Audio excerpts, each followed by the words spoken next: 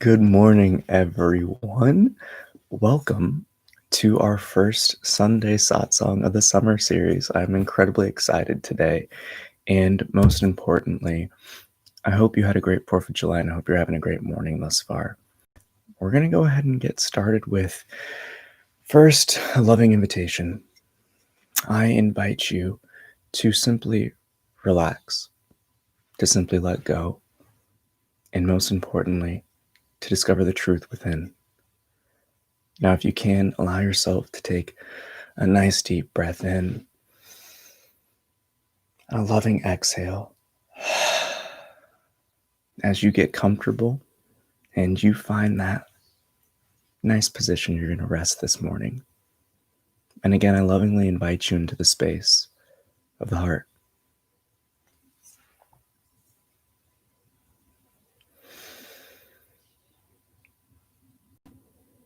To begin our meditation, begin with 3 alms, following each tap of the bell.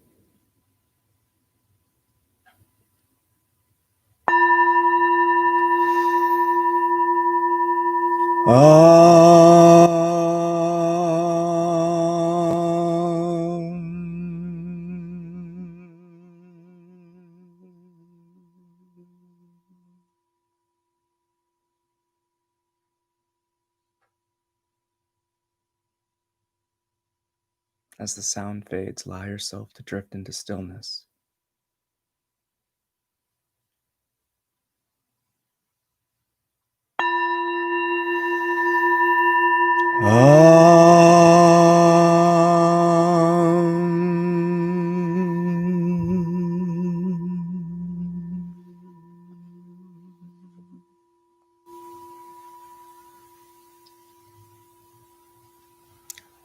As everything simply drops away, we rest within.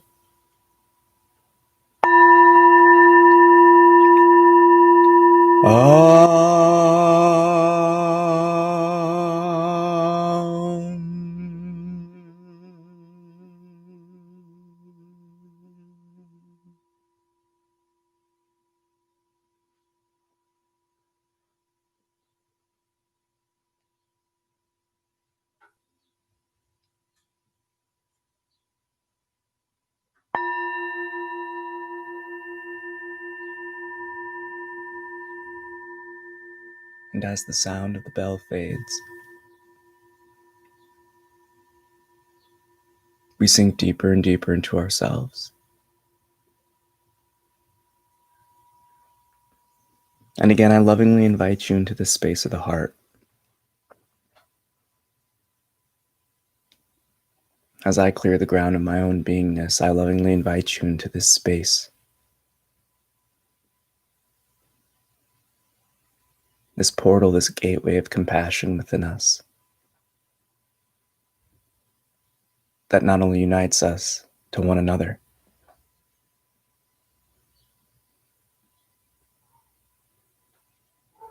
but is the true ground of being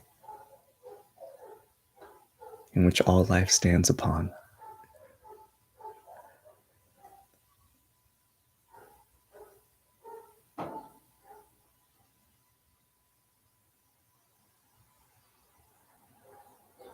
Allow yourself to take a nice, deep, and loving inhalation.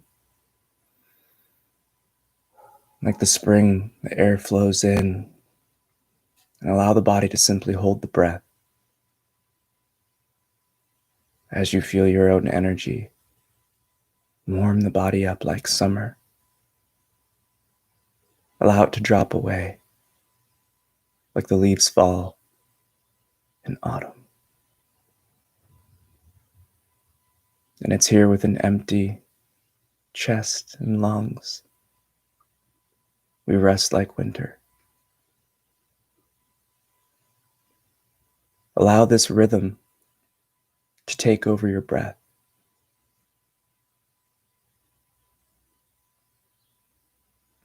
And recognize it is here within these moments of simply observing the body move. With each inhalation and exhalation, the diaphragm expands and contracts. It's here we begin to separate our identification with thoughts and emotions and sensations. And we establish ourselves as the observer.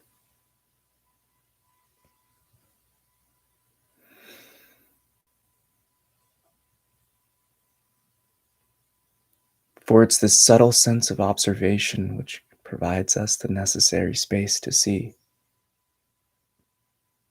what is not us, the temporary, the changing.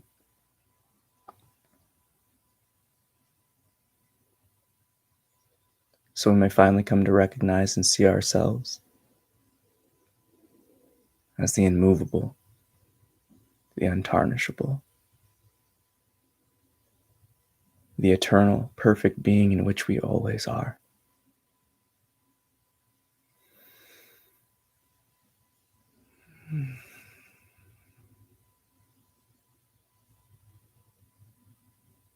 We tap into this peace. We tap into this sense of stillness and emptiness through the subtle focus of I am.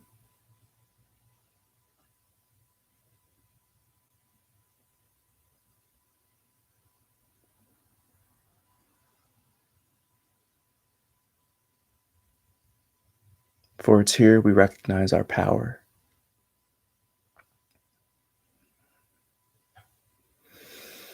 This sense of self, this sense of being.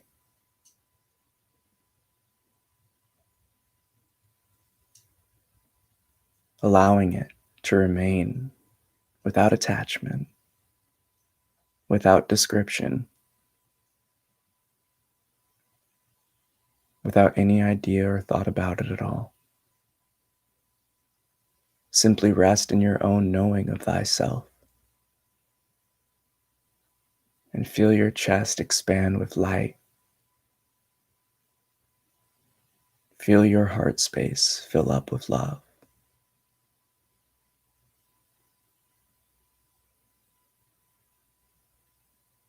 And it's here ultimately we recognize that it is the love that radiates from us in which we observe.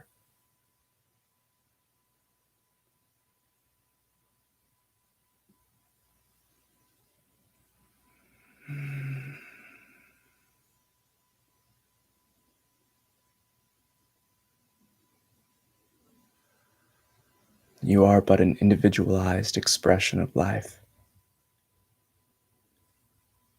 But that does not take you outside of it.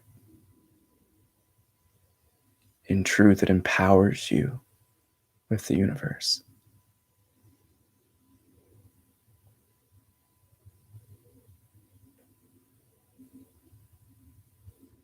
And it's here we come to see our own strength and power through letting go of everything that doesn't serve us.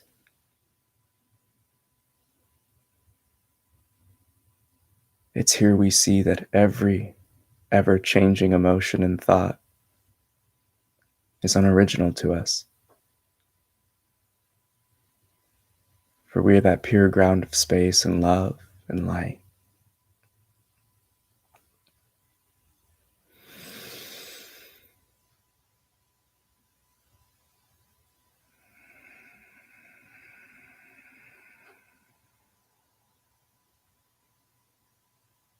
You are the divine embodied. You are the eternal playing this temporary game of birth and death. But your life is everlasting.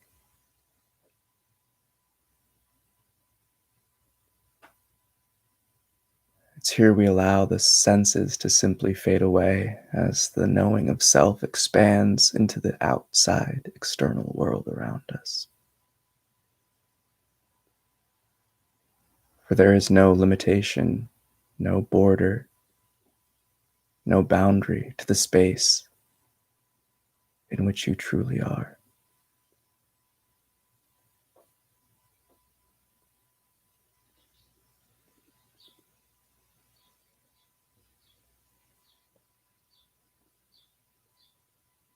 Give your full attention, your full affection of the heart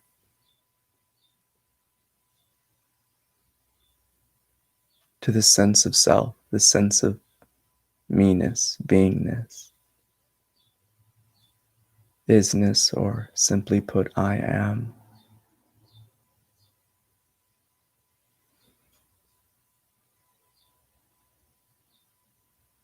For when we remain affixed to the seer itself,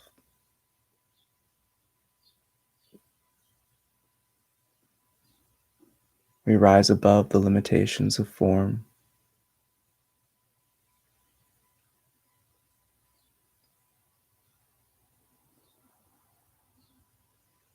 It's this immense intimacy with this moment we call now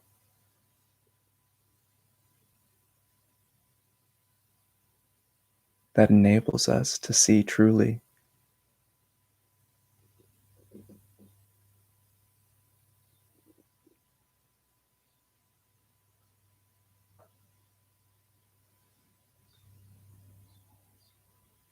With your next breaths, allow yourself to draw in the energy of the universe, consciously filling up the form and vitalizing every cell.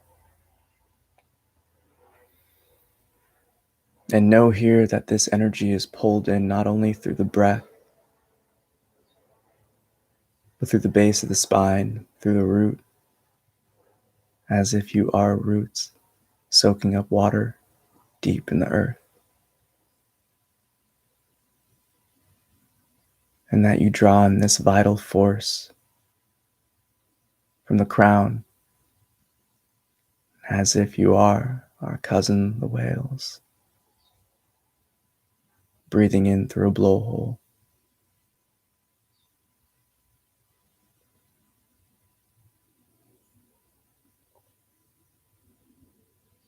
It's here with the conscious knowing of this divine sense of self, the pure being, the pure I am, the pure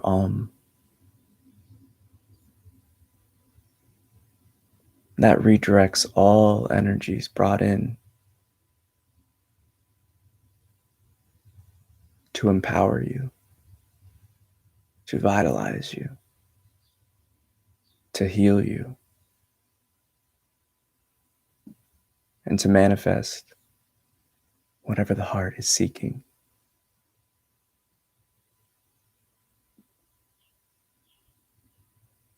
It is your power and authority. It is your right in this world to awaken to the pureness of this eternal flow.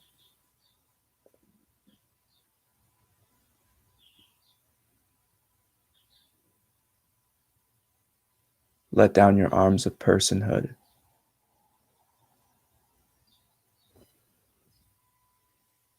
and know that you are granted the strength. Know that you are granted the wisdom to awaken to the truth within.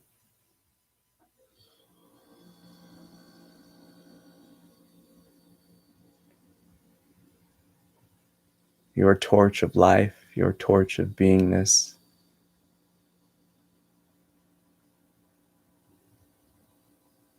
is but an extension of the grand eternal fire.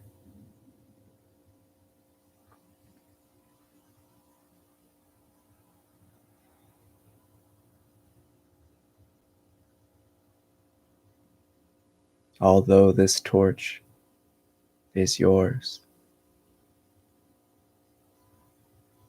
the flame in which illuminates your experience and existence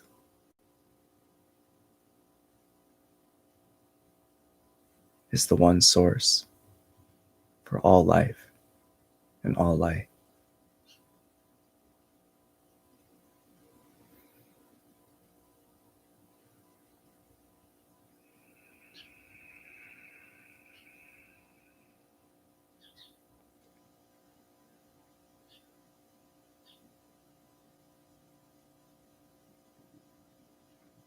It's here we recognize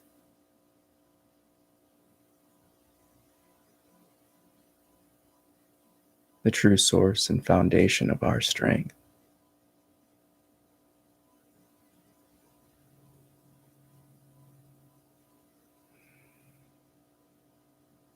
For when the body, the mind, and the emotions let go of their rule and reign, we awaken to the true effortlessness that is our being.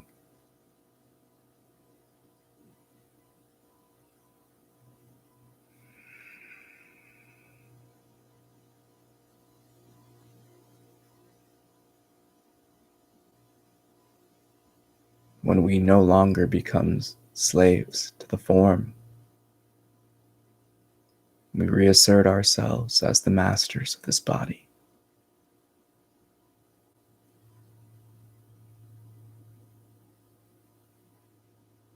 But we can only do so when we shift our affection towards the higher self, letting go of all lesser vibrations that hold us back.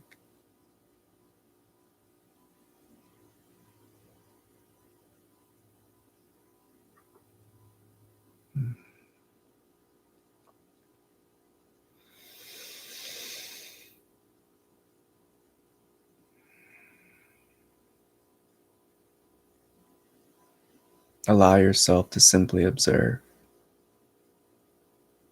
the loving, empty, yet dynamic space of your beingness, your pureness.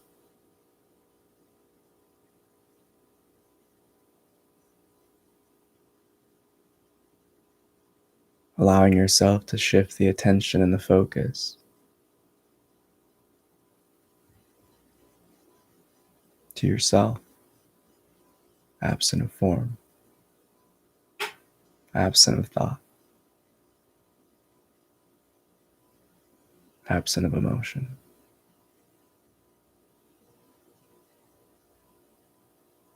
And simply observe.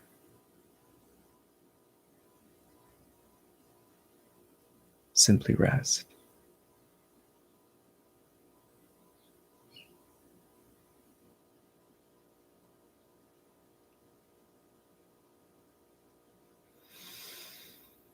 I lovingly invite you into the space of your own inner truth and being.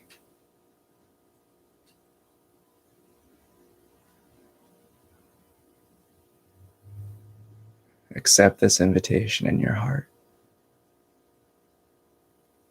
as I welcome you with open arms to your home.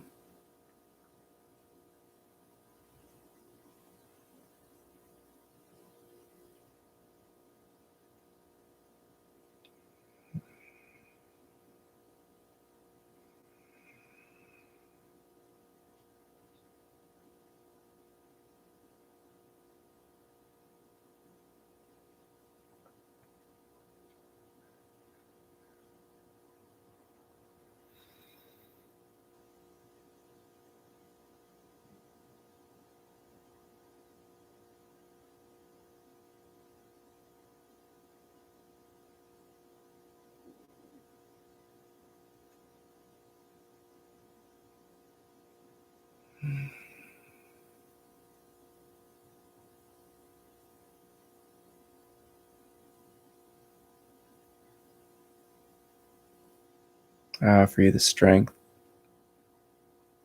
the wisdom, and the love to remain in the knowing of your truth.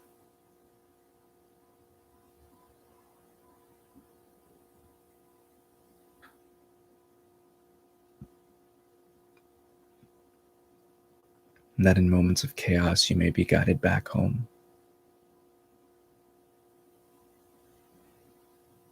But the pull to take you away from this divine knowing weakens and lessens each passing moment.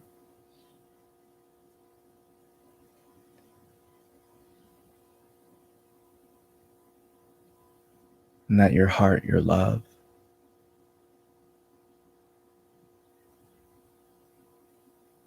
forever remains the knowing of thyself.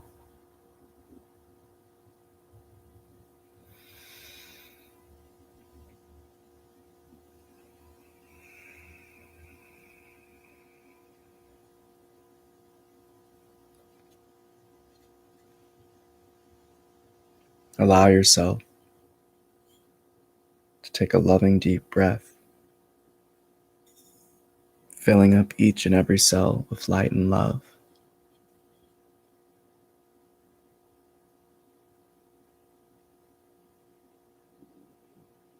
And again, we take 3 more breaths in accordance to the bell taps as we exhale the divine Om, this eternal chord, also known as I Am, that encompasses all aspects of life.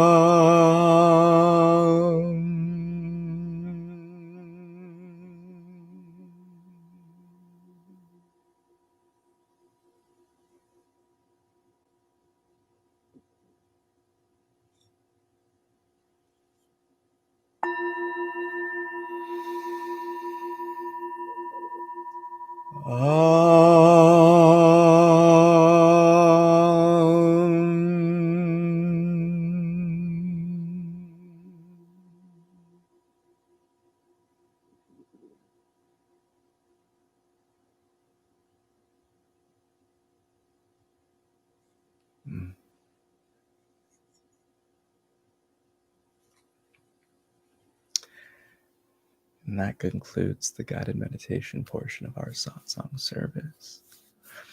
Now, let me check here. I only have one question that was sent through Instagram. So again, if you have any questions, this is the time to ask. And again, use all the various social medias that FSP and myself are on. You just don't need to ask one live. Now, this one pertains good and evil, and it's a personal question. Do I believe in good and evil? Okay, this is a loaded question, but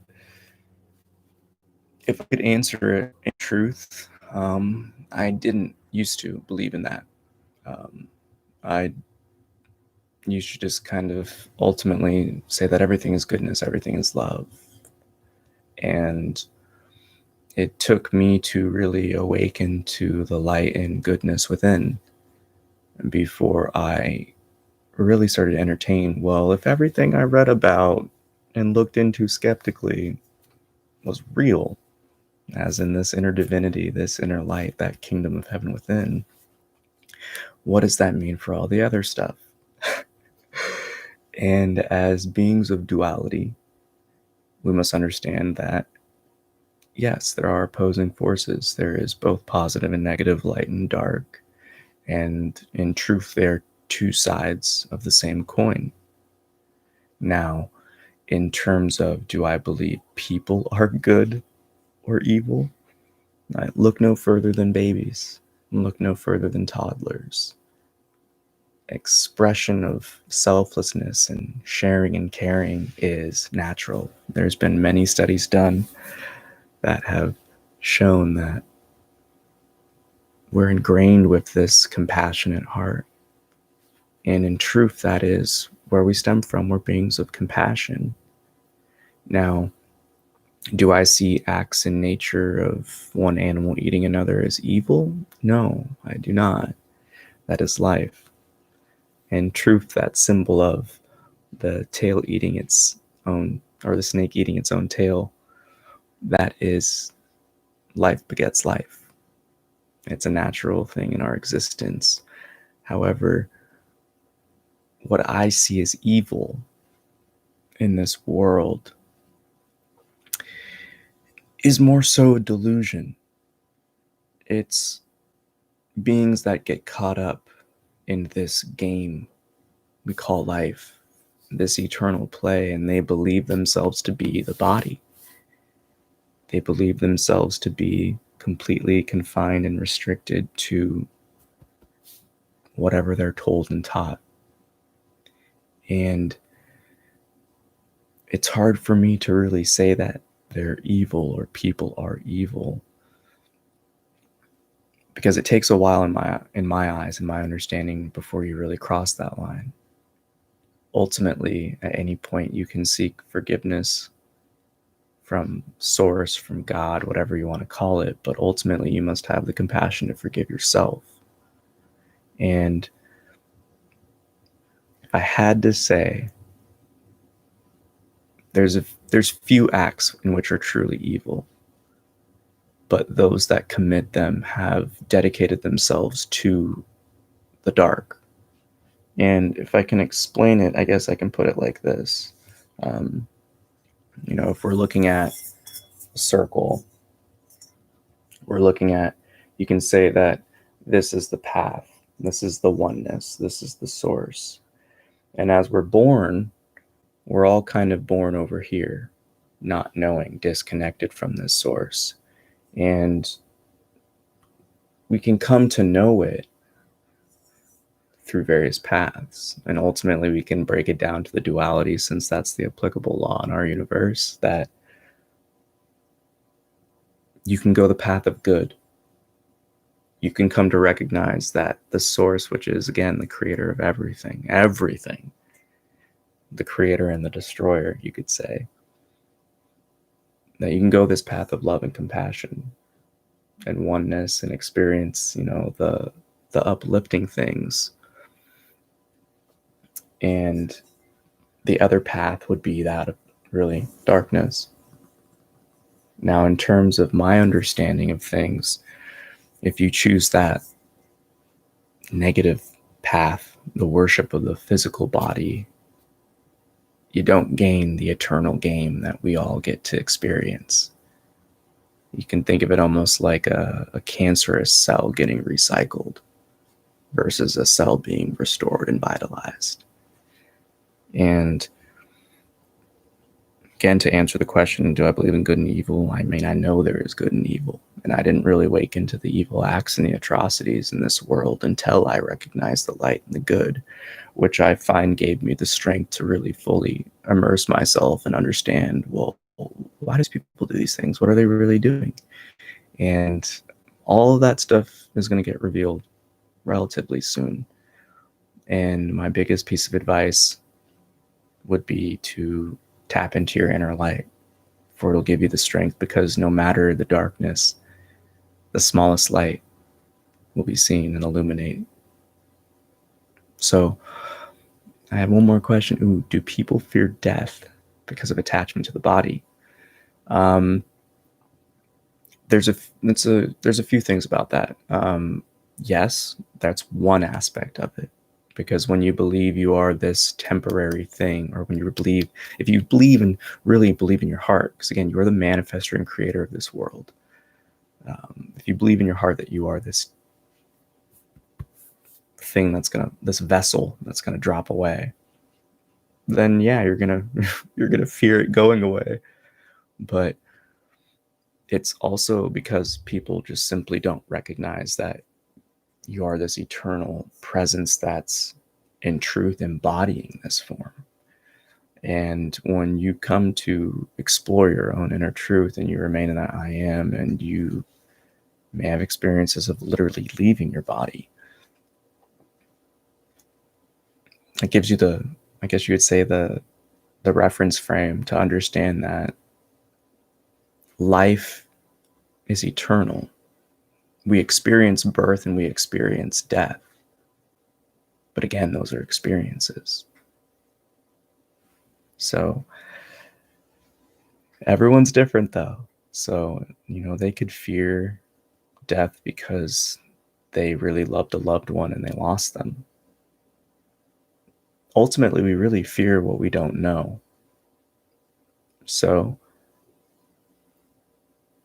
the only thing I can say is that I haven't died physically, but the concept of Peter died a long time ago. And when you let go of that identity and attachment to it, which is really nothing more but the thought and the imagination reaffirmed throughout time, you come to recognize what lies beyond this world. And that's something that I say with confidence because each of us can experience it. And many of us actually have already. I think it's like 10% of people have had out-of-body experiences. And you can look at the short example of, the consciousness game. Your consciousness itself, but when people get like blackout drunk or they're under the influence of other drugs or they're experiencing intense trauma, they leave the body. The body can do its own thing, but there's definitely a difference. It's missing that touch. And there's also the studies that we know that like the body loses like 2 point something pounds when we die. It's because, again, like our consciousness, this primordial energy, is attached to the body. It's that silver cord, that tether that really allows it to operate and move with that divine intelligence. And that's something that we can still explore in the Western world, but there is more and more evidence coming out, and again, growing understandings that we are something far greater than just this body. Doesn't mean it's not a precious gift, though. And I think that's something that each of us really needs to come to understand ourselves. But I guess we can call it. Those 2 questions were enough to marinate in for people. So, again, namaste. I bow to the divine within you. May the fruit of knowledge offer you a seed, and in that seed may your love, will, and intuition give life and nourishment. For a tree shall grow, and in its shade may you find peace, and offer peace to all who ask. I love you so much. Thank you for joining me this Sunday Satsang. And I hope you can join me for the rest of the summer service. Our next Satsang opportunities could be Wednesday at 8 p.m. Going live again, Pacific time. So I'll see you there. You have a great day. And again, I love you so much. Peace. Oh, be sure to share and like and subscribe. It'd be greatly appreciated. Love you. Bye.